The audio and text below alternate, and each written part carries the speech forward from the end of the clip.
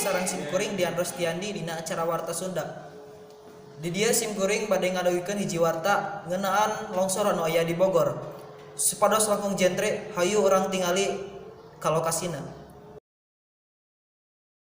Nyaeta gambar udara nu ningalikeun kaayaan longsor anu menerjang Kecamatan Sukajaya. Longsor anu menerjang 4.000 leuwih jalmi kedah ngungsi kusabab ayana longsor. Selain eta, menurut BNPB, longsor nyieun 776 bangunan rusak.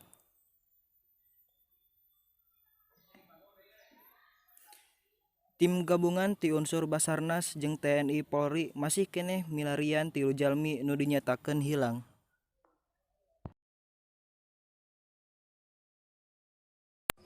Sakitu wae warta ti SIM Abdi Dian Rostiandi pamit undur diri. Wassalamualaikum warahmatullahi wabarakatuh.